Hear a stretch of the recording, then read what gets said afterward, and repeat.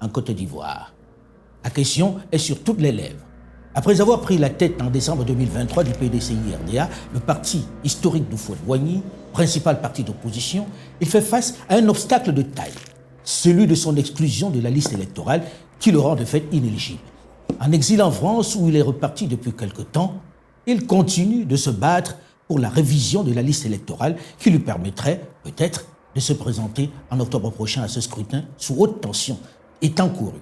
Il a fait alliance avec quelques principaux leaders de l'opposition qui, eux aussi, ont été exclus de la course, notamment l'ancien président Laurent Gbagbo, l'ancien Premier ministre et ex-président de l'Assemblée nationale Guillaume Soro, l'ancien ministre et chef des Patriotes Charles Blé Goudé. Vous ne citez que cela. Ira pas, Tidiane Thiam, le président exécutif du PDCI-RDA, est l'invité de Moment de vérité sur Afromédia. Bonjour Tidiane Thiam. Bonjour M. Foucault, merci de me recevoir. Très heureux d'être ici. Alors on va commencer par des choses très pratiques, les questions sur lesquelles les Ivoiriens se posent des questions et aimeraient avoir des réponses. Êtes-vous en exil en France? Et pourquoi? Est-ce qu'on a essayé de vous arrêter? Pourquoi vous êtes à l'extérieur? Je suis à l'étranger. Écoutez, il y a une succession d'événements que beaucoup ont pu voir. Le procès, 22 avril, etc. Bon. Il y a eu un verdict qui m'a radié de la liste électorale. Ensuite, très rapidement, le gouvernement s'est empressé de faire une conférence de presse pour dire que j'étais ivoirien. J'avais demandé le 10 avril un certificat de nationalité, demande qui a été rejetée par courrier. Et donc, je crois, 23 avril, le gouvernement dit « je suis ivoirien ». Donc, nous avons demandé un certificat de nationalité par mon avocat. Nous sommes le 26 juillet, nous ne l'avons toujours pas. Donc voilà un gouvernement qui, d'un côté, dit que je suis ivoirien, je suis redevenu ivoirien. Après avoir renoncé à votre nationalité française. Il y a cette théorie qui est qu'on peut perdre une nationalité automatiquement, d'après ce gouvernement-là, et on peut la retrouver automatiquement.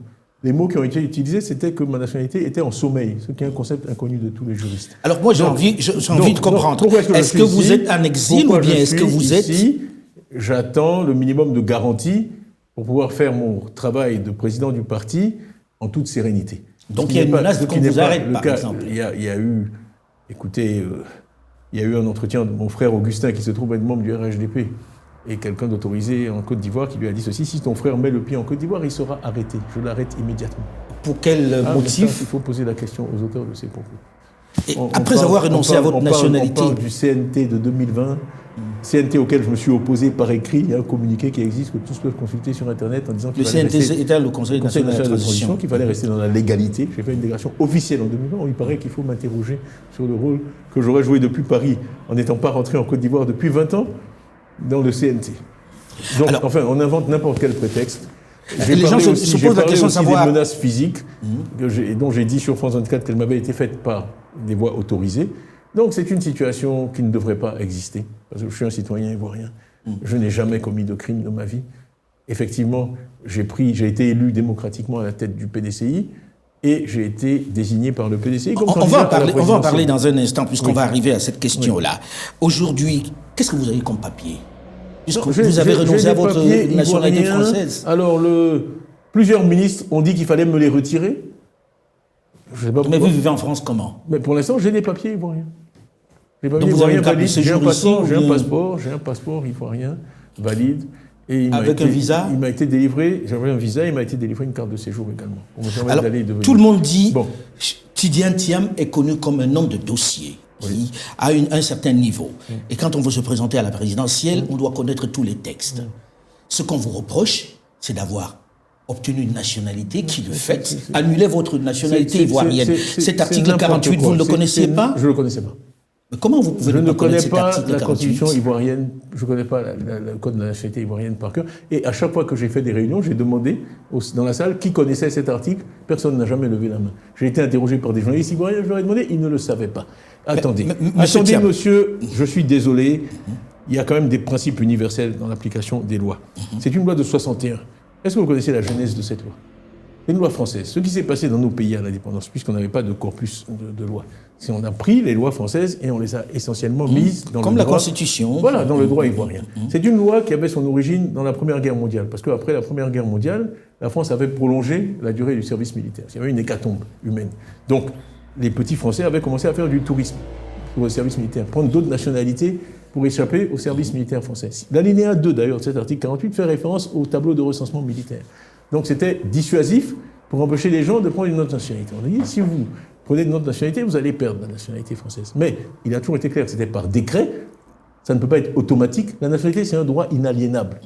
Okay, mais en même temps, c'est une... En 1973, la France a abrogé cette disposition. Cette disposition en Côte d'Ivoire n'a jamais été appliquée. Monsieur Foucault, vous pouvez vous prémunir, il y a un usage. Elle a été appliquée une fois. Non. En 2011, attendez, d'abord, en 2011. Attendez, on se gargarise parce que ça les fait plus sourire. Oui, c'est la loi de son grand-père. On lui a appliqué la loi de son grand-père. À ma connaissance, monsieur le président Houphouët-Boigny était président de Côte d'Ivoire de 1960 à 1993.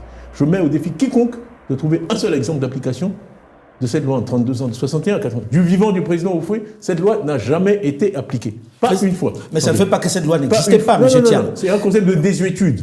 L'usage crée le droit. Dans le droit, quand une loi, vous pourrez trouver des lois qui n'ont pas été annulées, qui permettent d'écarteler les gens.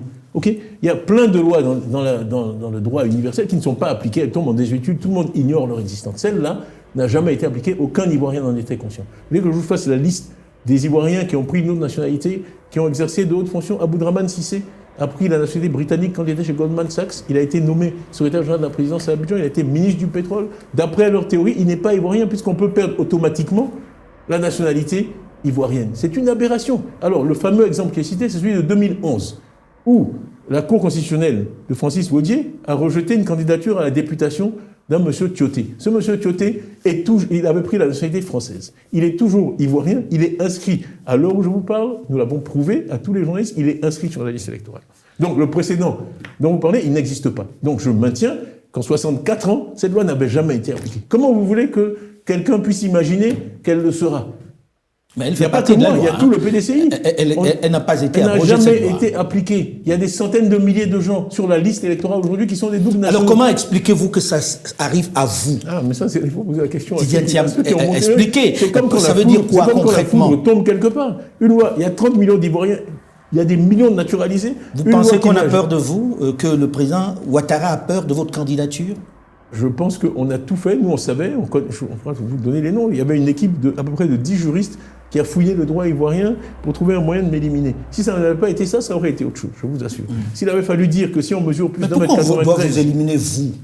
C'est toute personne qui est en position de gagner. Moi, si vous voulez qu'on regarde les sondages, on a fait des sondages qui sont publics, on les a publiés. Parce que nous, quand on fait des sondages, c'est le groupe... C'est un groupe qui fait du conseil en activité politique. C'était le directeur de campagne d'un certain Barack Obama en 2008 et en 2012, qui a gagné 2 élections américaines. Dans ce sondage, je vois, second tour des élections, vous êtes opposé à Alassane Ouattara et vous avez 57% des voix contre 43%. C'est ce que nous disent nos sondages. On trouve que Alassane a fait à 33% beaucoup, 59% de donner la chance à quelqu'un d'autre. Et les autres, pour deux. Pour un qui dit oui, il y en a 2 qui disent non. Tout à fait. C'est une majorité assez forte. Alors là, c'est le classement de la popularité. C'est classique. En politique, on fait opinion favorable, moins opinion défavorable. Et on fait le sol. Bon, on peut vous dire aussi que ce sondage-là, quelle crédibilité lui donner? Non, mais on a tout publié. Les données sont vérifiables. On l'a rendu public. Donc en fait, pour vous, c'est de l'acharnement de la part d'Alassane Dramane Ouattara. C'est un refus de permettre une alternance. Écoutez, il y a tellement de choses qui se disent sur mon compte. Aujourd'hui, je vais être un peu plus ouvert. Alors, on va y aller progressivement. Pourquoi est-ce que, il y a quelque temps, le même Alassane Dramane Ouattara vous a donné un passeport ordinaire? D'abord, quand je l'ai vu, je lui ai dit que je n'avais plus de papier ivoirien. Donc, il était bien clair que j'ai bien dû vivre pendant toutes ces années avec une nationalité. D'accord? La française. Oui. Donc le fait que j'étais français était connu de tous. On m'a redonné des papiers que je n'avais plus. On a même fait un film institutionnel à l'ambassade de Côte d'Ivoire. Pour fêter, j'ai rempli les formulaires. Sur ordre du président Ouattara? Oui, bien sûr. Bien sûr. Et quel était le deal? Parce qu'il ne vous a pas donné ça sans deal, monsieur Thiam. Il y avait un deal quand même. Absolument pas de deal. Monsieur Thiam, moi j'ai envie de vous poser la question de façon très claire. Absolument pas de deal. Il a été dit que vous lui avez promis que vous ne serez pas candidat s'il était candidat lui aussi. Je vais vous raconter, cette histoire circule tellement, promue par beaucoup de gens au RHDP. Je vais vous dire moi ce qui s'est passé. Donc, en 2022, après avoir eu mon passeport en juin, je ne voulais pas rentrer en Côte d'Ivoire avec un passeport français. Voilà d'où tout est venu. Sinon, j'aurais pu prendre un avion avec passeport. Je voulais revenir dans mon pays, étant parti en 2000. après un coup d'État, dans des conditions très douloureuses pour moi, je ne voulais pas revenir avec un passeport français. Donc c'est pour ça que j'ai obtenu le passeport ivoirien. Le passeport vert, ils m'ont dit que la valise diplomatique passait seulement de temps en temps, que j'avais droit au passeport diplomatique, mais il aurait fallu que j'attende que la valise passe à l'ambassade de Paris. C'est pour ça qu'ils m'ont donné un passeport vert. Il n'y a pas de deal. Mais pour fournir un passeport vert, quand même, ça ne se donne pas comme ça, on donne des documents. J'ai vu la difficulté avec laquelle, par exemple, le président Gbagbo a eu du mal à avoir les signes. J'ai le dossier, j'ai donné un certificat de nationalité qui a été délivré à Toumoudi, que ma famille est allée chercher. Mais vous aviez un certificat de nationalité alors que vous aviez un passeport français? Oui, mais parce que je n'en ai jamais empêché. Écoutez, je ne veux pas citer trop de noms, mais le nombre d'Ivoiriens qui ont un passeport français, vous rigolez? Vous rigolez? Vous êtes sérieux? Et qui ont des papiers ivoiriens, mais il y en a des dizaines de milliers. Mais est-ce qu'à un moment, vous lui avez dit au président Ouattara que vous ne serez pas candidat s'il est candidat? J'arrive, je vous fais la genèse des choses. Août 2022, mon souhait, parce que moi je fais des vœux, c'était que si Dieu faisait, parce que je suis parti vraiment de Côte d'Ivoire dans des conditions douloureuses, en 2000 après le coup d'État. Après ça, j'ai aidé, moi je n'aime pas les pouvoirs militaires, j'ai aidé le président Gbagbo à faire partir le général Guèye. Quand le général Guèye est parti en novembre 2000, M. président Gbagbo m'a demandé de revenir en Côte d'Ivoire. Je suis revenu pour 24 heures. Il m'a fait l'honneur de me recevoir avec son épouse, Simone, et ma sœur, Yamoussou. Il m'a dit qu'ils avaient fait un sondage au FPI et qu'ils envisageaient de me nommer Premier ministre. Et je lui ai dit, moi, je ne souhaite plus faire de politique. Ça a été une expérience de 6 ans. J'ai repris ma carrière dans le privé. Je suis content qu'il y ait un civil au pouvoir en Côte d'Ivoire. Vraiment, on reste en contact, mais merci. Il ne m'en a pas tenu rigueur, je suis parti. Voilà comment je suis parti, la dernière fois de Côte d'Ivoire, en novembre 2000. Août 2022. Je vous passe les détails. Je reviens, le président a insisté pour que... Je voulais aller d'abord saluer le président Bédié, qui avait été mon patron. Je voulais aller à Yamoussoukro, je voulais atterrir à Yamoussoukro. Ça ne m'a pas été autorisé. On m'a dit qu'il fallait que j'atterrisse avec Jean-Jacques, le président Ouattara, en premier. J'ai accepté. Oui. Vous étiez en avion privé, on a dit de ne pas atterrir à... Avant de partir, on a soumis un plan de vol qui a été rejeté. On n'a pas eu l'autorisation d'atterrir à Yamoussoukro. Mais est-ce que c'est le président qui... C'est le président, c'est écrit, ce sont les textes, c'est le président de la République qui donne les autorisations d'atterrissage de jets privés en Côte d'Ivoire. Moi, j'ai découvert ça à l'occasion de ça. J'aurais aussi pu dire, je vais faire ma recherche et savoir ça. Non, je ne savais pas ça. Bon, on découvre des choses. Donc, je suis allé le voir, respectueusement, avec mon grand frère Augustin, mon grand frère Aziz, ma grande sœur Yamoussou, je suis le plus jeune, on est 4 survivants. Toute la famille Thiam, il nous a reçus très gentiment, lui-même et sa femme, chez lui à Cocody. J'avais beaucoup réfléchi à cet entretien. Donc on a échangé des amabilités. Et ensuite, je lui ai dit, cependant, est-ce que je peux avoir un tête-à-tête avec vous? D'ailleurs, ce que j'ai fait aussi avec le président Gbagbo, qui m'a reçu par la suite, avec le président Bédié. Chaque fois, j'ai demandé un tête-à-tête. Il y a trop d'oreilles en Afrique. Donc, et voici ce que je lui ai dit. Je lui ai dit, moi j'ai des ambitions, je reviens en Côte d'Ivoire avec des ambitions pour faire de la politique, peut-être un jour. Être candidat à la présidence. Donc, mais là, on est dans le 3e mandat, on a vu ce qui s'est passé en 2020. J'ai besoin de connaître vos intentions. Il me sera difficile d'être candidat si vous êtes de nouveau candidat. Donc il m'a regardé dans les yeux, il m'a dit non, parce que moi j'ai fini, ce 3e mandat c'est exceptionnel, je ne serai pas candidat. Il vous dit qu'il a fini, il ne sera pas candidat. Oui, je maintiens. Je ne serai pas candidat, donc ça veut dire que ça vous ouvre la porte. Voilà. Mais d'où vient-il alors qu'on dise que non, vous aviez promis... Ça, c'est eux qui le répètent. J'ai dit, il me sera difficile d'être candidat si vous êtes candidat, et donc je veux savoir s'il m'avait dit à cette époque-là, mais tout aurait été différent. Et malheureusement, comme il y a dans les affaires policières, il y a des témoins contemporains. Parce que mon frère Aziz, j'ai toute confiance en lui, dès qu'on est sorti, je lui ai raconté l'entretien. Donc il y a des témoins contemporains, c'est pas une histoire que j'invente aujourd'hui, c'est ce qui s'est passé. Là où je me suis dit, il y a de l'eau dans le gaz, c'est quand j'ai commencé à faire campagne en 2023, que j'ai vu le niveau de toxicité de ce que le RHDP disait sur moi, le niveau de violence déjà, pour m'empêcher d'être président du PDCI, vous savez quand même ce qui s'est passé. Le congrès devait avoir lieu le 15 décembre 2023 à l'Hôtel Ivoire. On a suscité 2 plaintes de 2 secrétaires généraux de section, 2 plaintes bidons, sur 6800, qui sont allés l'après-midi à une session du tribunal à laquelle nous n'avons pas assisté, contre le PDCI. Moi, on avait des rumeurs en disant ils vont interdire votre congrès. On a des sources dans la police. La police était déjà informée cet après-midi-là qu'ils allaient intervenir pour interdire notre congrès. Ils nous l'ont dit. Mais certains n'y croyaient pas. Bon. Donc l'affaire tourne jusqu'à 20h. On est même remonté jusqu'au ministre de la Justice pour essayer de savoir. Et on nous a dit non, mais si une décision pareille avait été prise, le ministre serait au courant. Paf, à 2h du matin, 39 cargos de police. On envoie 39 cargos de police à quelqu'un avec qui on a un deal. Moi, je travaille de façon moderne. J'ai toujours des sondages. J'avais des sondages. Mon estimation, c'est que j'aurais 93% des voix. Eux, ils avaient les mêmes sondages. Ils savaient que j'allais être élu. Okay. 39 cargos de police. Donc, pour vous, aujourd'hui... Donc, la première agression, le 9 décembre 2023, j'ai dit ceci, dans un grand discours à Yamoussoukro pour lancer ma campagne, pour être président du PDC, que Nous étions un parti qui avait l'ambition de diriger le pays, qu'on devait être un parti national. Et j'ai dit ceci, j'ai dit qu'il fallait que le PDCI revienne au Nord. Je n'ai pas dit qu'on reconquiert le Nord, qu'on domine le Nord, j'ai juste qu'on revienne au Nord. Et c'est là que M. Bakongo, le dimanche soir, m'a injurié en disant que je ne portais pas les mêmes boubous que les autres, m'a injurié en djoula, que je m'étais enfui au premier tir de Kalachnikov. Donc, ces agressions idiotes ont commencé dès fin 2023. Ensuite, on m'a empêché de tenir le congrès. Il a fallu qu'on ruse, qu'on déplace le congrès à Yamoussoukro, parce qu'ils avaient commis l'erreur d'interdire la tenue du congrès à Abidjan. D'accord? Donc on a décidé de le tenir le samedi à Abidjan. Et le jeudi, les deux mêmes ont reporté plainte. Le jeudi à 17h, ils étaient prêts. La même juge d'ailleurs, qui a statué le 22 avril 2025, c'est la même juge, qui a fait l'opération du 15 décembre 2023, interdisant mon congrès, qui ensuite le jeudi devait statuer sur la nouvelle plainte, parce que maintenant il voulait qu'il soit interdit pour toujours, sur toute l'étendue du territoire, d'élire un nouveau président. Où est-ce qu'on a vu un parti comme le PDCI? Et c'est la décision de justice qui était prête. J'ai dû ruser. On a trouvé le matin un des deux qui était caché à Grand là-haut. On l'a ramené à Abidjan et on les a convaincus tous les deux. Ils ont retiré leur plainte à 16h45. Voilà comment l'affaire a pu se faire. Et j'ai pu être élu le samedi avec 96,47% des voix. Alors, qu'est-ce qui peut susciter autant d'animosité? Est-ce que ça veut dire très clairement que même si ce n'est pas encore annoncé, il est clair que le président Alassane Dramane Ouattara sera candidat? Ça fait pas l'ombre d'un doute. Et il aurait peur de vous croiser? Moi, je ne sais pas. Moi, j'aurais géré ça différemment. Vu la conversation qu'on a eue, si, dans la vie, on peut changer d'avis. Le président Houphouët-Boigny disait toujours, il n'y a que les imbéciles qui ne changent jamais d'avis.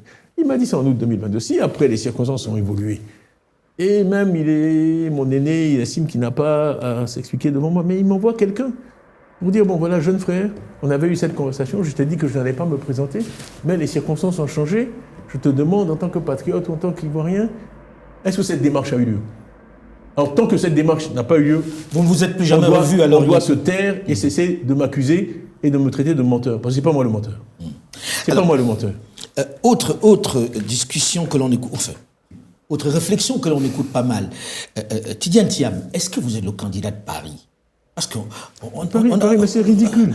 C'est ridicule. Votre proximité avec Emmanuel Macron fait que certains vous perçoivent comme le candidat de Paris. Toute personne qui me connaît sait que je ne mélange pas le personnel et le professionnel. Il y a suffisamment de gens dans mon entourage qui en ont pâti. Je ne mélange pas. Mais vous savez très bien que dans le climat actuel... Chacun est comme il est. Attendez, sur la France, vraiment, j'ai écrit un article. Qu'est-ce qu'être français? C'était BBA qui m'avait demandé de l'écrire, où j'ai parlé de la discrimination dont j'ai été victime en France. Moi, je suis allé en Angleterre en 2002, parce que mon épouse, qui était américaine, m'a dit « Tu ne seras jamais rien ici. Ils sont tellement racistes, tu ne seras jamais rien. » Et je l'ai écrit.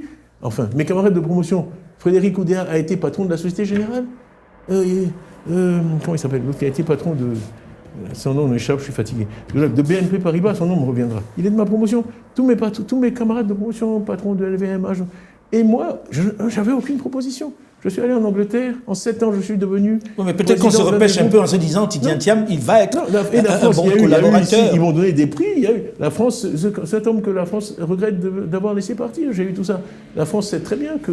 Moi, mais aujourd'hui, vous nous garantissez que derrière vous, il n'y a pas une puissance européenne qui soit... garantir, tous les Ivoiriens savent. Toute ma vie, je me suis battu pour la Côte d'Ivoire. J'ai été nommé le 20 avril 1994. Premier Ivoirien, je le rappelle. À l'époque, la théorie de M. Ouattara et de son régime, c'est que j'ai cessé d'être Ivoirien en 87. On y reviendra. 1987. 1994, j'ai été nommé patron de la DGTX. Après Antoine Césaréo, Philippe Sorey-Eiffel, qui s'est exprimé récemment. Bon, j'ai été nommé. Il y avait 150 expatriés à la DCGTX sur 4000 employés. Il y avait donc 3850 Ivoiriens. Les 150 expatriés faisaient pratiquement 50% de la masse salariale. J'ai dit, le temps des colonies est fini. Je suis arrivé, après la dévaluation, j'ai dit, on vous propose à tous des contrats locaux. On va vous payer aux mêmes conditions. Vous êtes tous là depuis 15 ans, 20 ans, vous aimez la Côte d'Ivoire. Bon, vous allez rester à des conditions ivoiriennes. Sur 150, il y en a 141 qui ont refusé. Je les ai licenciés. J'ai eu le chef de la mission de coopération dans mon opinion. Monsieur, tiens, on veut savoir si vous êtes pour ou contre la France. Je lui ai dit, monsieur, ni l'un ni l'autre. Moi, c'est la Côte d'Ivoire qui paye mon salaire. Je suis pour la Côte d'Ivoire. Chaque fois que la France fera des choses qui sont dans l'intérêt de la Côte d'Ivoire, ça ira. Et chaque fois qu'elle fera des choses qui sont contre l'intérêt de la Côte d'Ivoire, ça n'ira pas. Quand j'ai fait la centrale d'Azito, en 1997, qui a été un record mondial, c'était une lutte entre Enron, Suez, Tractebel et Asea Brown Boveri, qui est suédois et suisse. J'ai donné, c'était le plus gros contrat jamais donné en Côte d'Ivoire. Je l'ai donné à Asea Brown Boveri. J'ai eu toutes sortes d'ennuis pendant 3 mois. Le président Bédier m'a dit que je ne pouvais pas mettre le pied en France. Donc, je n'accepte pas de leçons là-dessus. Je me suis exprimé par écrit sur mes sentiments vis-à--vis de la France. Je me suis exprimé par écrit sur le niveau de racisme intolérable en France. J'ai fait toute Donc ma vous n'êtes pas carrière l'homme de Macron. dans le monde. Je suis l'homme de Macron. Macron, avant, c'est moi qui lui rendais service avec tout le respect que je lui dois. J'étais CEO bien avant qu'il occupe des fonctions importantes. J'étais CEO en 2009, à 46 ans. J'étais CEO d'une des plus grosses sociétés de Grande-Bretagne. J'ai été président de l'association des assureurs britanniques. C'est la 3e industrie de Grande-Bretagne. J'ai été élu. Enfin, quand même. Alors, certains disent... donc la France, certains disent que votre bagarre... Je suis ni pro, ni anti-français. Ok. Je suis pour la Côte d'Ivoire. Et les pays étrangers, l'extérieur du monde, on doit les utiliser. D'abord, il n'est pas de vent favorable pour celui qui ne sait où aller. C'est Sénèque. Hein. Bon. Il faut savoir ce qu'on veut et ensuite utiliser le reste du monde pour atteindre ses objectifs. Ça n'a pas de sens d'être anti-français ou pro-français. Moi, je suis pro-Côte d'Ivoire. Alors, certains disent... Vous avez le même parcours quasiment, du moins professionnel, avec Alassane Dramane Ouattara. Qu'est-ce que vous allez apporter de plus qu'il n'est déjà fait? Est-ce que vous savez ce que c'est le Fortune 500? Non, vous allez nous l'expliquer. Les 500 premières sociétés du monde, par chiffre d'affaires. On n'entre pas dans ce club-là facilement. J'ai été 11 ans patron de Fortune 500. Vous voulez dire qu'il n'a pas votre parcours et que... On a des parcours différents, c'est tout. C'est un fonctionnaire international au FMI. Moi, je gérais des boîtes qui avaient 1300 milliards de dollars de total de bilan. En Indonésie, j'avais 220 000 employés. Mais qu'est-ce que vous allez faire qu'il n'ait pu faire, puisque lui aussi, il avait des relations, il a des relations, il a ramené des fonds dans le pays. Fonctionnaire ou entrepreneur, leader du secteur, c'est la même chose. Mais sur quelle planète vous vivez? C'est un fonctionnaire international. Arrêtez. Au FMI, on est payé 400 000, 500 000 dollars par an. Un CEO de fortune gagne 10 millions de dollars par an. Avec 20 fois. C'est pas la même chose. Donc vous pensez qu'il n'est plus à la hauteur? Je ne sais pas qui il est. Moi, je suis un homme du privé. Ce que je peux apporter, c'est de la création d'emplois. Je sais comment on investit, je sais comment on dirige une entreprise. Je suis un manager, je l'ai prouvé. C'est pas une question de l'argent. Moi, je connais Mike Bloomberg parce que Crédit Suisse est un des plus gros clients de Bloomberg dans le monde. Je connais... mais il a toujours dit qu'il avait aussi des grandes relations, des relations importantes. Le rôle qu'il joue dans l'économie mondiale. Ils viennent dans les pays de temps en temps et ils regardent les grands équilibres macroéconomiques. Ça n'a rien à voir avec être sur les marchés tous les jours et que ça a un impact sur votre compte d'exploitation. Alors si vous deviez dresser son bilan aujourd'hui, on n'a rien à voir. Si vous deviez dresser son bilan... Je ne dis pas qu'il a un mauvais profil, je dis juste que de dire qu'on a le même profil, c'est de l'ignorance pure. Voilà. Mais est-ce que son bilan est mauvais? Être au FMI, ou être patron d'une Fortune 500, c'est la même chose, c'est de l'ignorance pure, ça n'a rien à voir. C'est comme jouer au football et jouer au hockey, c'est deux sports différents. Voilà, point à la ligne. Bon, son bilan, je l'ai dit, moi je ne me contredis pas. J'ai adopté un ton très conciliant, même quand on m'a envoyé 39 bus pour m'empêcher, alors qu'on avait un deal, non, certains, 39 bus de police. J'ai dû aller le 16 au matin, parce que c'est un plan en 2 phases. C'est un commissaire qui me l'a dit. Le but, c'était de créer de la violence pour pouvoir m'arrêter. Bon, dire que j'avais suscité des violences. Quand ils sont venus à 2h du matin chasser nos gens qui étaient en train d'installer les micros, etc., on a dit du calme. À 7h du matin, j'ai fait un communiqué disant aux militants de grâce, soyez calmes, c'est de la provocation, ne réagissez pas. On m'a dit d'ailleurs que c'est un communiqué qui allait très haut dans l'administration américaine. On a dit, voici un comportement exemplaire d'un opposant africain qu'on aimerait voir dans plus d'endroits. Ensuite, quand ça a chauffé, comme ça n'a pas marché, ils sont allés occuper le siège du PDCI. Depuis 1946, jamais des forces de l'ordre n'ont occupé un siège du PDCI, même sous la coloniale, même à l'époque de la guerre froide, quand on était affilié au Parti communiste. Ils sont allés occuper le siège du PDCI à Cocody en pensant que ça allait mettre le feu aux poudres. C'est là que je suis allé, il y a les images sur Internet, où j'ai dit aux gens, vous savez, dans la vie, on ne peut pas contrôler les événements, mais on contrôle toujours comment on réagit. Et là, on va montrer notre supériorité, notre paix, c'est dans notre réaction. On va montrer qu'on est le parti de la paix, on va être civilisé, on ne va pas répondre à la provocation. Pour vous, on est dans un régime de violence en Côte d'Ivoire aujourd'hui? Les images ont été diffusées du pauvre Kwaku Djabia qui a été jeté dans un véhicule de force. C'est à la fondation Konrad Adenauer, qui est une fondation pour la paix, créée par M. Adenauer après le drame de la Seconde Guerre mondiale, qui est financée par l'État allemand, qui nous aide dans les formations pour les élections, etc. Le petit était là, il parlait avec un vigile, un véhicule noir qui traînait là depuis 16h35 est arrivé. Vous avez vu les images? Des gens en tenue civile, en hoodie, etc., qui sont armés, ils s'approchent. J'ai le témoignage du vigile, on a fouillé son visage parce qu'il paraît que les gens le cherchent, et où ils ont dit, si tu parles en tabac, il a essayé de s'interposer. Et vous avez vu, ils ont embarqué ça, c'est un kidnapping. C'est un kidnapping. En plein jour à Cocody, à Abidjan. On a un peu de mal à croire en tout ça lorsque l'on sait les circonstances dans lesquelles le président Alassane Ouattara est arrivé aux affaires, il a subi les mêmes pressions. On ne sait pas où ce jeune homme est. Jusqu'à ce jour? Nous ne savons pas, nous le PDCI, on le cherche. Nos avocats ont donné une conférence avant-hier, on a utilisé ce film avec la presse internationale, en disant voilà la Côte d'Ivoire. Est-ce qu'on s'est rapproché des autorités pour poser la question? Bien sûr, bien sûr. La Fondation Adenauer, qui est quand même importante, a écrit au ministre de l'Intérieur, a écrit au ministre des Affaires étrangères, a écrit à l'ambassadeur d'Allemagne, a écrit à l'ambassadeur de l'Union européenne, a écrit à l'ambassadeur de France. Donc le silence de tous ces gens-là, face à des enlèvements extrajudiciaires, on a enfin les images. Le petit Ousmane Chérif, ils sont allés attaquer sa maison la nuit, encagoulé. J'ai dû l'extraire, il est au Ghana aujourd'hui, protégé par mes amis. On avait des fuites, les menaces sont constantes. Mon frère Aziz a été arrêté à sa sortie avec toute l'informatique qu'on a. Après, on lui dit, il y a erreur sur la personne. Aziz Thiam, ancien ministre des Transports, arrêté. Mais Tidjane Thiam, vous êtes censé être candidat, en tout cas c'était l'ambition. Avec tout ça, qu'est-ce qui vous reste comme chance? Qu'est-ce qui vous fait encore aujourd'hui croire que vous pouvez retourner en Côte d'Ivoire et participer à cette élection présidentielle d'octobre prochain? Est-ce qu'il y a une chance, une toute petite chance, une fenêtre? Je n'abandonnerai jamais ce combat. Ceux qui me donnent du courage, ce sont tous les Ivoiriens.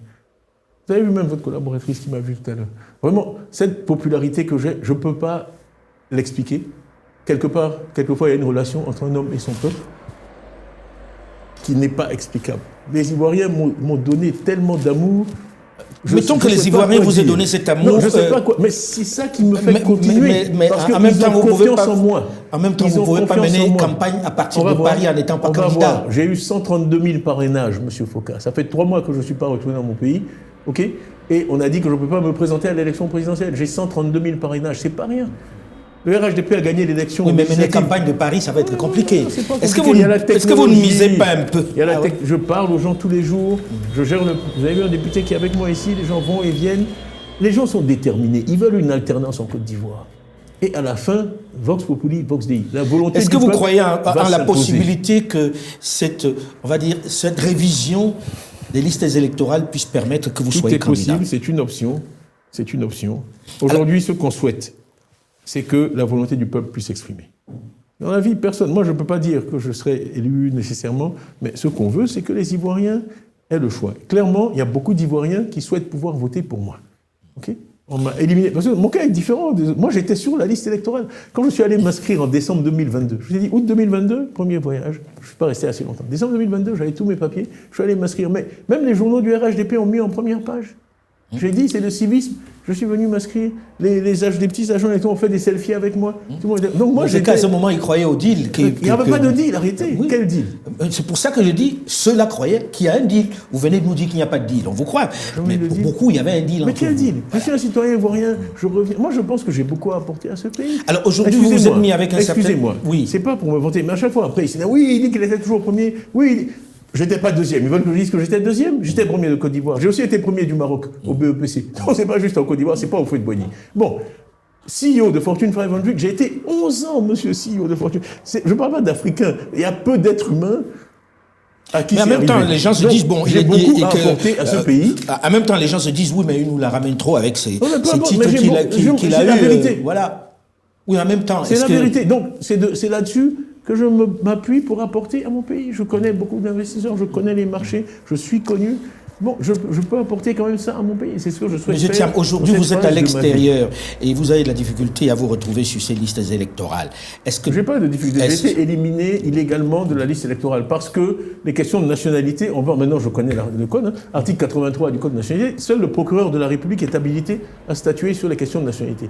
Cette dame qui a agi le 22 avril est présidente du tribunal de première instance de Côte d'Ivoire. Elle a agi ultra vires, ça s'appelle. Elle n'a pas l'autorité pour prendre la décision qu'elle a prise. Donc c'est une décision illégale.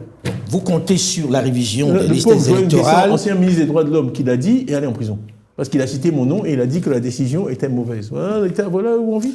Vous êtes mis avec ceux qui ont subi également l'exclusion. Laurent Gbagbo, par exemple, Guillaume Soro, Charles Blé Goudé, pour ne parler que de ceux-là. Or, on n'a pas l'impression que vous étiez particulièrement proche, notamment de Laurent Gbagbo. C'est un mariage Posez-lui la question. De la souris et de la carpe. Vous savez, la vie, on est tous ivoiriens. Moi, malheureusement, mes camarades de terminale sont allés me parrainer il y a 2 jours à Abidjan. C'est moi, on sait où j'étais. Mais la relation avec Gbagbo et Bédi, avec Gbagbo et vous-même. Madame Gbagbo, elle faisait l'entrée du lycée classique. Elle enseignait dans la classe là-bas. Ce sont des gens que je connais depuis mon enfance. Moi, j'ai vu Gbagbo sortir de la chambre d'Oufoué 1000 fois. Ce sont des gens que je connais depuis mon enfance. Et Gbagbo, je vous ai dit qu'en 2000, je l'ai beaucoup aidé, il le sait, avec Guy Laberty et d'autres, à revenir au pouvoir. Et qui m'a proposé d'être Premier ministre. Donc, on n'a pas de problème. Okay, on non, on ne vous a pas beaucoup vu là-dessus. On ne vous a pas non plus entendu sur les questions de Laurent Gbagbo non plus. On était loin de l'élection. On ne m'a jamais posé la question. Okay. Parce que certains disent oui, mais il n'a pas parlé des autres. C'est pas vrai. J'ai des discours d'août 2023, mais c'est faux. En août 2023. Vous avez réagi sur la situation Gbagbo ? Bien sûr. En août 2023. J'ai fait un discours en tant que coordinateur de la CAP où j'ai parlé de Gbagbo, de Soro, etc. En août 2023. En dénonçant ce qui leur arrivait ? En août 2000, bien sûr. On ne peut pas prendre ses désirs pour des réalités. Maintenant, vous avez dit, je suis un homme de dossier, je suis aussi un homme de fait. Et c'est vraiment une chose qui mérite dans les débats politiques africains, c'est que les gens n'ont parfois aucun respect pour les faits. Je suis désolé, je l'ai dit. Et je l'ai dit d'ailleurs, c'est moi qui ai écrit mes discours. Je dis, mettez bien ça, parce que sinon, un jour, on dirait que je ne l'ai pas dit. S'ils m'éliminent, ils vont dire que c'est parce qu'ils m'ont éliminé. Mais est-ce que vous vous êtes parlé, Laurent Gbagbo et vous, ces derniers temps ? On ne sait pas, on a fait.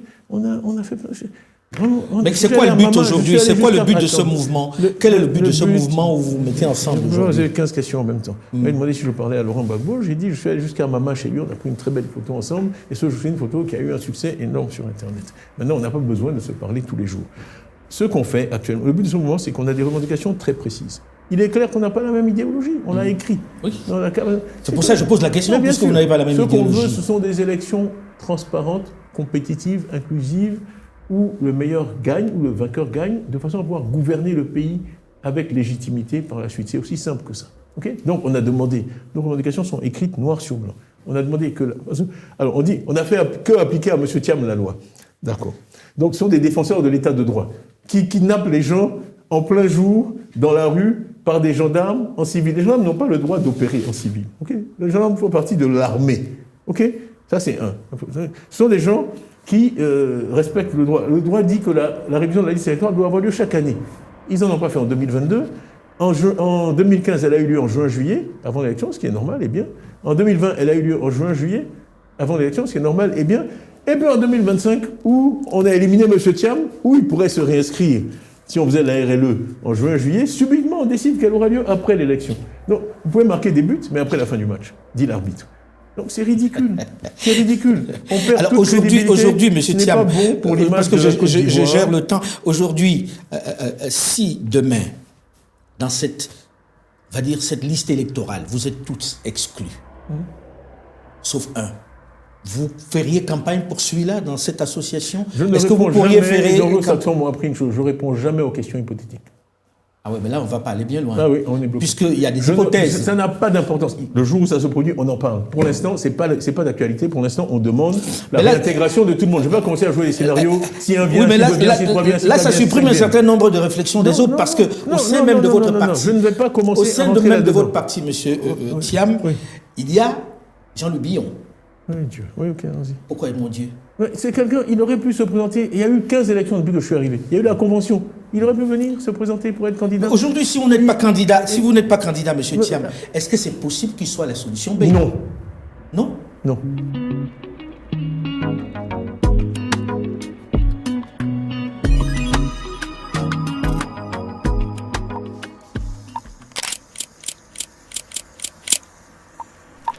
Nul n'a le droit d'effacer une page de l'histoire d'un peuple, car un peuple sans histoire est un monde sans âme. Le grand jour tant souhaité est enfin arrivé. Indépendance, tcha-tcha. En vertu du droit des peuples à disposer de l'air. De ce moment et à jamais, notre État libre et indépendant. Il n'y a pas de dignité sans liberté. C'est par la lutte qu'il a été conquise. La patrie ou la mort. En Afrique, il y a un grand diable qui vend les autres Africains. Nous traiterons la pauvreté dans la liberté, à la richesse dans l'esclavage. Mobutu Sese Seko Kukumbendu Wazabanga. C'est une question de dignité. Connaissez-vous un seul juif au monde qui porte un nom zaïre? Después de haberlos ultimado bajo la estatua del profesor Lumumba, nous avons connu les ironies, les insultes, les coups que nous devions subir matin, midi et soir, parce que nous étions des nègres. Si un journal français m'attaque, un journal gabonais attaquera Mitterrand. Ah, c'est fini cet état des choses. Vive la liberté, vive le Cameroun indépendant. C'est nous-mêmes qui luttons, c'est le peuple congolais qui lutte, c'est l'armée populaire de libération. la patrie ou la mort, la patrie ou la mort.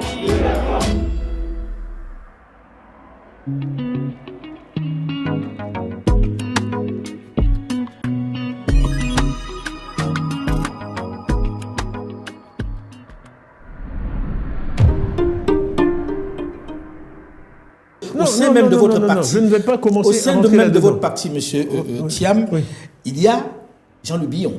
Oui, Dieu. Oui, ok, vas-y. Pourquoi, mon Dieu?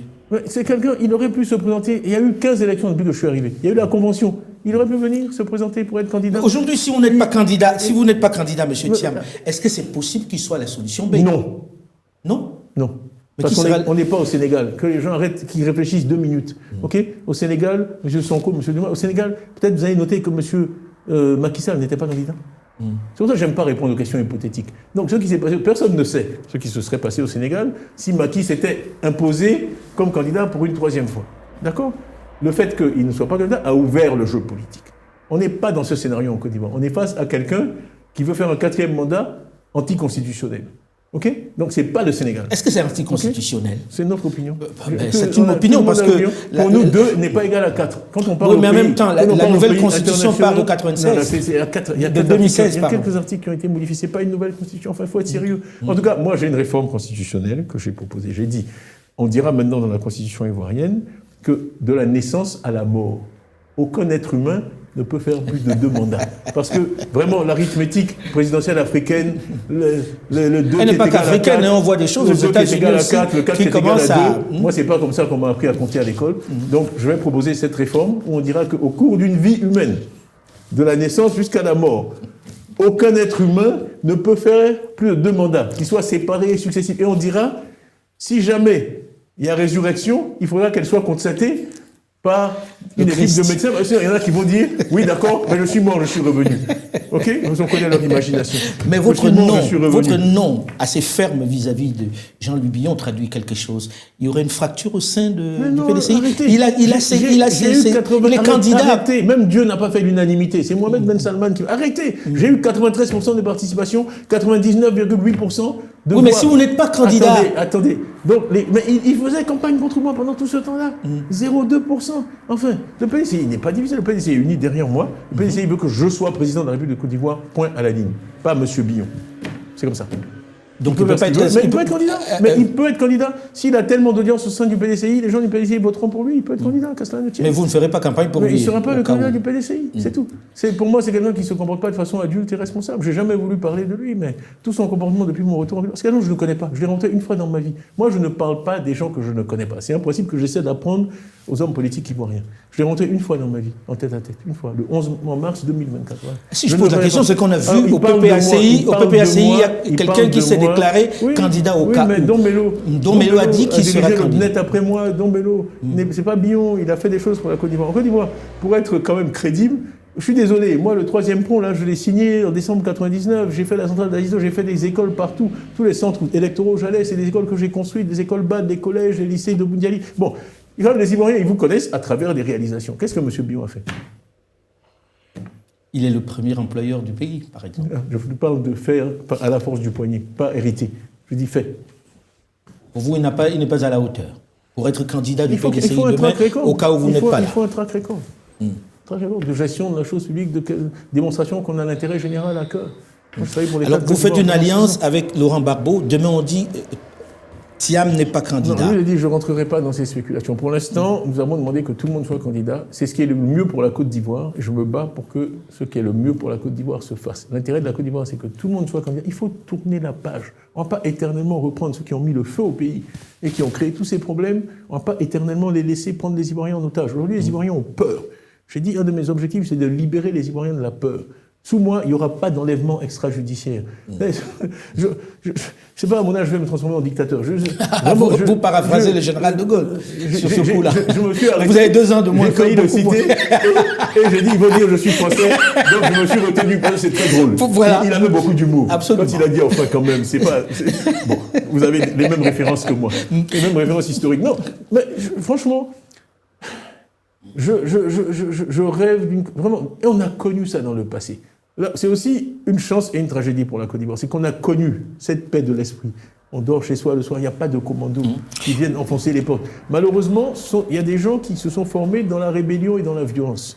Et je dis, c'est comme un chien qui sait que mordre. Même quand vous essayez de le caresser, il vous mord. Donc c'est pavlovien. La violence verbale, l'agressivité... Tous ces gens qui Mais en même temps, vous appelez le 2 août les populations, vos partisans, à descendre dans la rue pour marcher avec le PPACI. On peut dire aussi, ça peut dégénérer. À chaque fois, il y a eu des tentatives d'infiltration. Dieu vous merci. Êtes sûr que ça ne va pas dégénérer vu le niveau de tension sur la question? On fera tout ce qui est en notre pouvoir pour que ça ne dégénère pas. On n'est que des êtres humains. Jusqu'ici, on a eu des alertes. Vous savez, il y a beaucoup de patriotes en Côte d'Ivoire. Vous seriez surpris d'aller dans mon téléphone, de voir combien de rapports nous avons de policiers, de militaires, qui nous renseignent. Parce que, vous savez, l'Ivoirien n'aime pas l'injustice. C'est vraiment quelque chose de beau dans notre peuple. L'Ivoirien n'aime pas l'injustice. Et aujourd'hui, ils estiment que... Donc vous n'avez pas peur avec tout ce qui se passe, alors? J'ai toujours peur, bien sûr, que Tidjane Thiam et le PDC sont victimes d'une injustice. Donc, je vous dis qu'il y a eu des tentatives d'infiltration de nos manifestations. On sait même où ils ont pris leur faux pagne PDCI. Ils sont venus. Quand je parlais ici le 14 mars, il y a 20 gens du RDR qui sont venus pour me chahuter, dont le frère d'un ministre en exercice. Mais l'enthousiasme de la foule était tel qu'ils ont vu que si ils faisaient quoi que ce soit, ils couraient un risque personnel. Et ça, c'est ce que nous avons utilisé jusqu'ici. La mobilisation, l'enthousiasme de nos partisans, et on leur dit d'être vigilants. À chaque fois, on a fait parce qu'ils ont pénétré nos manifestations en essayant de créer des troubles. Je touche du bois, jusqu'ici, par la grâce d'Allah, ils n'y sont pas arrivés. Et on fera tout ce qui est humainement possible pour éviter ça. Pour moi, la vie humaine est très précieuse. Ce ne sont pas des paroles en l'air. J'ai dit, je n'ai pas de sang sur les mains. Alors on m'a dit que j'ai injurié les autorités actuelles, j'ai dit qu'ils ont du sang sur les mains. Mais on a des problèmes sémantiques. J'ai dit, moi, Tidjane Thiam, je n'ai pas de sang sur les mains. OK ça, et je ferai tout ce que je peux pour... Tidjane Thiam, aujourd'hui, on est à quelques encablures de ces élections présidentielles en Côte d'Ivoire, en octobre. Quand vous regardez le climat, vous n'avez pas peur qu'on retombe dans les travers Je suis attristé, vraiment. Mais ce n'est pas moi qui ai fait ce choix. Moi, j'ai fait ce que je peux en tant que citoyen. Je suis revenu dans mon pays après une longue absence. J'ai articulé des propositions, j'ai fait un diagnostic. J'ai été élu démocratiquement à la tête du PDCI. 3 fois, on m'a challengé, j'ai dû démissionner, j'ai été réélu. J'ai le soutien de mon parti, j'ai le soutien massif des Ivoiriens, bien au-delà du PDCI. Je suis arrivé à susciter un engouement. Ça, et j'ai été désigné candidat à la présidentielle et je me suis présenté à la présidentielle. Maintenant, il faut poser ces questions à ceux qui ont pris... Moi, je vais vous dire, ce qui me gêne le plus, c'est que en quoi je suis une menace ou un risque pour la Côte d'Ivoire? En quoi? Je suis un type qui a été CEO de compagnie, de fortune. Je ne suis pas un terroriste, je n'ai jamais tenu une Kalachnikov. Le niveau de toxicité et d'agressivité qui est déployé contre moi, mais comment? Je n'ai jamais fait de tort à la Côte d'Ivoire. Quand je travaillais, j'étais patron du BNET, je n'ai fait que des projets positifs, des puits, des machins. Enfin, on me combat comme si j'étais le diable incarné. Alors quand on vous dit on vous combat... Alors je viens. C'est la défense des intérêts privés d'un clan. Il ne s'agit de rien d'autre. Il ne s'agit pas de l'intérêt de la Côte d'Ivoire. Personne qui croit dans l'intérêt de la Côte d'Ivoire peut croire que je suis une mauvaise chose pour la Côte d'Ivoire. Quel tort je peux faire à la Côte d'Ivoire pour qu'on me combatte? Je suis, depuis 18 mois, injurié. Cet imbécile de Banga qui m'injurie tous les dimanches sur NCI, l'autre idiot de Bamba qui dit que je ne paye pas mes impôts. Alors, justement, parlons-en. Des gens qui racontent n'importe quoi. Tiens, parlons-en. Pensez-vous que cette histoire de Suisse, où vous êtes condamné à payer à une de vos anciennes employées 234 000 Oui, et l'argent est sur un compte bloqué, on a expliqué, on a fait un communiqué. L'argent est sur un compte bloqué, on a une dispute. Bon, et c'est en train d'être jugé. C'est pas que j'ai pas payé, j'ai mis l'argent sur un compte bloqué. C'est une personne dégoûtante, c'est une personne qui a appris vendredi que mon fils avait un cancer, qui a dit dimanche, ce cancer-là, personne survit, et il y a trop de travail dans les maisons où il y a des cancers, je m'en vais. Et quand elle s'est rendue compte qu'elle avait démissionné, elle n'aurait pas de droit, elle a subitement demandé à retrouver son job. Alors, mais pourquoi on vous a condamné alors si c'était ça? Mais parce que je ne peux pas obtenir de procès équitable en Suisse. Parce que la Suisse s'est convaincue que si leur banque a sauté, qu'à 150 ans, c'est la faute du noir qui l'a géré pendant 5 ans. Voilà. Et que moi, je l'ai laissé avec ses meilleurs résultats sur 10 ans, mais je n'ai pas gagné un seul procès en Suisse. Okay, la justice suisse, pour moi, est raciste et absolument, systématiquement, avec des dossiers en béton. Mes avocats, même, leurs bras, ils ne pensaient pas que c'était possible. Que l'on puisse vous condamner. Oui, cette femme nous a volé. Elle a volé notre argent. Ils ont refusé. Ils sont allés saisir. Quand elle nous a fait chanter, ils sont allés saisir son téléphone. Ils lui ont rendu. Elle a aussi des complicités en Suisse. Des gens qui la protègent. De la part de qui? Non, vous pensez qu'à la Côte d'Ivoire, ceux que vous accusez sont allés jusque là-bas? En tout cas, ils en font leur chou gras. Mais moi, ça m'est égal. Cette femme, c'est une ordure. Je vais vous dire sur la Suisse. Mon livre sort bientôt. On va en parler. Quand mon fils est mort du cancer, ils l'ont mis dans un tabloïd suisse avec sa photo en disant le fils du CEO de Crédit Suisse est mort. Depuis que la Suisse existe, ça n'est jamais arrivé. Je ne suis pas le premier CEO dont le fils meurt.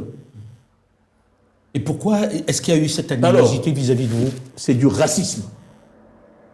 Alors, ce qui me déçoit le plus, moi, partout où des Noirs sont victimes de racisme, je les défends. Ce qui me déçoit, c'est que des gens de mon pays, alors que je ne suis attaqué que pour des raisons racistes, se fassent la chambre de résonance de ça et le multiplient. Eh bien, ce sont des oncles Tom. Ce sont des esclaves des Blancs et ce sont des oncles Tom. Voilà. Alors, il nous reste peu de temps, on va passer sur un autre sujet. Vous connaissez l'oncle Tom? Ça. Voilà. Voilà. Ce sont ceux qui applaudissent quand on s'en prend à un noir parce qu'il est noir. Tout à fait. Les nègres de salon, en gros. Voilà. Autre sujet. La Côte d'Ivoire a des voisins, le Mali, le Niger et le Burkina Faso, qui sont des pays de l'AES. J'ai pas beaucoup entendu Tidjane Thiam parler de ça plein. Alors, j'ai parlé du Conseil vous êtes président, vous êtes président de la Côte d'Ivoire demain. Vous n'écoutez pas bien quand je parle. J'ai dit, il paraît que la Côte d'Ivoire. Non, mais vous prenez d'ouest en est. Il y a le Libéria, il y a la Guinée, il y a le Mali, il y a le Burkina, il y a le Ghana. Ok? Quand vous allez là-bas à l'ouest, c'est les mêmes populations des deux côtés de la frontière qui parlent la même langue. Vous montez vers la Guinée. Déjà, maintenant, les Baoulés sont en train de planter du cacao en Guinée. En Guinée. Ok? Bon. C'est les mêmes populations. Vous allez au Mali, des deux côtés de la frontière, c'est la même chose. Vous allez au Burkina, c'est la même chose. Au Ghana. Donc la Côte d'Ivoire, c'est une mosaïque. Ok? Donc vraiment, vous savez, le président Houphouët disait toujours, et ça je l'ai dit 10 000 fois dans 10 discours, un pays ne doit pas aspirer à être une oasis dans le désert. Et moi, je me suis permis d'ajouter à sa phrase, parce que c'est toujours le désert qui gagne. Okay? Donc, cette idée d'une Côte d'Ivoire forteresse, qui se protège de l'AES, c'est ridicule. Okay? Je suis contre, je l'ai dit, et je veux dire, j'ai de bonnes relations avec un certain nombre de gens dans ces pays-là. C'est ridicule. Donc, il faut du gagnant-gagnant. Président demain, il renoue les relations avec l'AES. On revitalise, bien sûr, le Conseil de l'Entente, mais bien sûr, on ne peut s'en sortir qu'ensemble. La Côte d'Ivoire sera toujours tirée vers le bas. Mais je vois, vous dites Conseil de l'Entente, vous ne dites pas AES. Mais c'est les mêmes pays. Avec eux. Mais ils ont créé leur entité. Oui, très bien, on travaillera avec eux. Ils peuvent l'appeler comme ils veulent, c'est leur droit. Ce que je dis, c'est que moi, j'ai vu le président Houphouët-Boigny payer les salaires de la haute volta, des fonctionnaires voltaïques, avec de l'argent du contribuable ivoirien, plusieurs fois. Parce qu'ils comprenaient, Yaméogo, je l'ai connu à Yamoussoukro, tous ces gens-là, la Misana, ils comprenaient que tout ça, c'est un continuum. Okay? Il y a des gens qui sont venus d'Europe, qui ont tracé des frontières. Donc vous n'approuvez pas cette sanction vis-à-vis de ces trois États? Moi je dis, il faut toujours dialoguer. Pourquoi? Dans les demandes qu'on a vis-à-vis du gouvernement, pas du RHB, donc il y a le dialogue. La Côte d'Ivoire, c'est le pays du dialogue, pas le pays de la Kalachnikov. C'est le pays du dialogue. Okay? C'est ça notre culture. Donc, on doit dialoguer. Okay? On doit dialoguer avec ces gens-là, on doit les écouter, on doit leur parler. Ça ne mène à rien. On ne peut pas faire une forteresse Côte d'Ivoire. Déjà, on n'a pas assez d'argent. On a des problèmes dans l'éducation, dans la santé. On a mieux à faire qu'aller acheter des drones à des pays développés avec des moyens qu'on n'a pas. Okay? Tout ça parce qu'on n'arrive pas à s'asseoir et à discuter avec nos frères du Burkina ou du Mali ou de Guinée. C'est ça qu'il n'y a pas d'autre solution. Pensez-vous qu'il y a une propension en Côte d'Ivoire aujourd'hui avec le régime de traiter plus avec les pays occidentaux qu'avec les pays africains? Moi, vraiment, ce qui m'intéresse, c'est la Côte d'Ivoire. C'est que quand on Parce qu'on entend en Côte d'Ivoire des gens dire que l'économie n'appartient plus aux Ivoiriens. Oui, ça, non, c'est sûr. Mais j'ai dit qu'il fallait promouvoir les entrepreneurs ivoiriens. Moi, ce que je connais, c'est le monde de l'entreprise. Et mon rêve, c'est de voir des entrepreneurs ivoiriens. Là, ça m'est égal, vraiment. Ce qu'il faut, c'est qu'ils soient implantés dans l'économie locale. Le président, les gens comme Bloor, ils ont fait des choses extraordinaires en Côte d'Ivoire. Moi, vraiment, je suis dans une vision américaine des choses. Okay? Vraiment, tous les talents sont le bienvenu, ils peuvent venir de partout. Tant que les gens sont là, qui s'attachent au pays, qu'ils investissent dans le pays, tant mieux. Et bien sûr, également, des Ivoiriens. Mais c'est j'ai toujours dit, voilà, il faut donner la priorité aux entreprises nationales. Moi, j'ai été à la tête de grands groupes internationaux. Quand on regarde les pays, je dis, c'est comme quand vous visitez une planète en science-fiction, avant d'aller enlever votre scaphandre, vous allez voir s'il y a de la vie locale. S'il n'y a pas de vie, vous allez garder votre casque. Donc, quand on regarde les pays où investir, on demande toujours d'abord comment se portent les entreprises locales. Non, comment se portent les entreprises locales? Est-ce qu'il y a des entreprises locales à succès? Quand il n'y en a pas, vous dites, bon, moi qui arrive de Londres, là, si dans ce pays A, les entreprises qui parlent la langue, qui sont nées là, qui n'y arrivent pas, moi, j'y vais pas. Donc, pour attirer l'investissement étranger, ce qui est un objectif pour beaucoup de pays africains, il faut d'abord vraiment assurer la prospérité des entreprises locales, qu'elles se développent. Parce que quand les étrangers viennent aussi, ils veulent des partenaires. Donc ils vont dire, quelles sont les 5 premières entreprises locales avec qui on va... Non, c'est la même chose. En fait, c'est un cercle vertueux. Assurer la promotion des entreprises locales, c'est ce qui va permettre d'attirer l'investissement étranger et d'accroître la croissance. Donc je dis que malheureusement, souvent, les États passent 80% de leur temps avec des entreprises étrangères. C'est une erreur. Il faut passer 80% de son temps avec des entreprises locales. Moi, quand j'étais en Grande-Bretagne, le Premier ministre Cameron, tous les mois, il avait une réunion avec nous, les principaux CEO du pays. Comme ça que je l'ai bien connu. Et il nous écoutait, il faisait le tour de table. Quels sont vos problèmes? Premier ministre de Grande-Bretagne, pays du G7, et il notait. Bon, mais monsieur Thiam, je vais régler ça. Bon, monsieur, c'est cette attitude-là. Moi, c'est ce que j'ai appris des anglo-saxons. Vous voyez, le président Trump fait la même chose, le président Obama. Chez eux, c'est naturel. C'est le monde de l'entreprise. Comment dire ça? Il y a un problème dans le modèle français. Moi, c'est ça que vous dites la France. Tout le monde sait qu'économiquement, je ne suis pas pour le modèle économique français. Moi, je crois dans le modèle anglo-saxon où l'État occupe la place que les entreprises lui laissent. OK? C'est pas le contraire. Voilà. Bill Gates, Tesla. Quand vous pensez aux États-Unis, vous pensez à quoi? Microsoft, vous pensez à Tesla. Tout le monde connaît le nom du patron de Tesla. Qui connaît le nom du secrétaire d'État au commerce? OK? Quand j'allais à Davos, Osborne, qui était le ministre des Finances, on rigolait toujours. Parce que moi, j'étais patron de privé, j'étais en business, il était en éco. À chaque fois, il me disait, bon, Titi, see you later. Et il me disait, je vais travailler vos livres de contribuables. Non, c'est le contraire sur l'ensemble du continent, on va dire. Mais c'est comme ça qu'une nation se développe, c'est comme ça que ces entreprises qui créent de la richesse paient des impôts qui ensuite permettent de faire des routes, des écoles, des machins, sans s'endetter. Parce qu'il y a une vraie création de richesse dans l'économie nationale. J'aurais voulu qu'on ait un peu plus de temps, mais... On a fini déjà? On a fini déjà. Le temps passe vite avec vous. Bon. En tout cas, j'espère que ceux qui nous ont regardés ont eu des réponses à leurs questions. Et puis, bon vent dans cette aventure. Que Dieu vous entende. Et bon courage aussi, parce que ce que vous faites, c'est important d'informer l'opinion et de poser les bonnes questions. C'est vraiment important. Donc, je vous remercie pour le temps que vous m'avez consacré à mon pays aujourd'hui. Bon vent et essayez de rester libre. Ce serait peut-être mieux. Libre au sens de... Libre... Pas en prison, libre au sens de la pensée. Pas en prison. Ah, ça, je vais essayer, parce que j'ai pas envie de me faire arrêter. Je me dis, mais tu n'as qu'à revenir, tu vas être arrêté. Je dis, excusez-moi, je n'ai commis aucun crime. Donc, voilà. Merci, Tidiane. Merci à vous, Alain Foucault. Merci. Merci, Tidiane Thiam, d'avoir accepté de venir à Moment de Vérité ici à Bagneux, dans nos studios. Bon vent pour la suite, que nous suivrons avec attention. Au moment où nous enregistrons cette émission, nous découvrons en même temps la proclamation officielle de la liste des candidats dans un autre pays, le Cameroun, où le principal candidat de l'opposition a été purement et simplement exclu.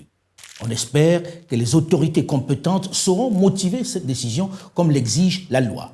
On reste attentif à cette élection sous haute tension, où le président Paul Biya, 92 ans, brigue un nouveau mandat. À suivre. En attendant, n'oubliez pas de télécharger gratuitement sur votre téléphone ou sur votre tablette, sur iOS ou sur Google Play, l'application Afromédia pour suivre, quel que soit l'endroit, l'ensemble de nos contenus qui vous proposent le narratif africain sans complaisance mais sans condescendance. À très vite.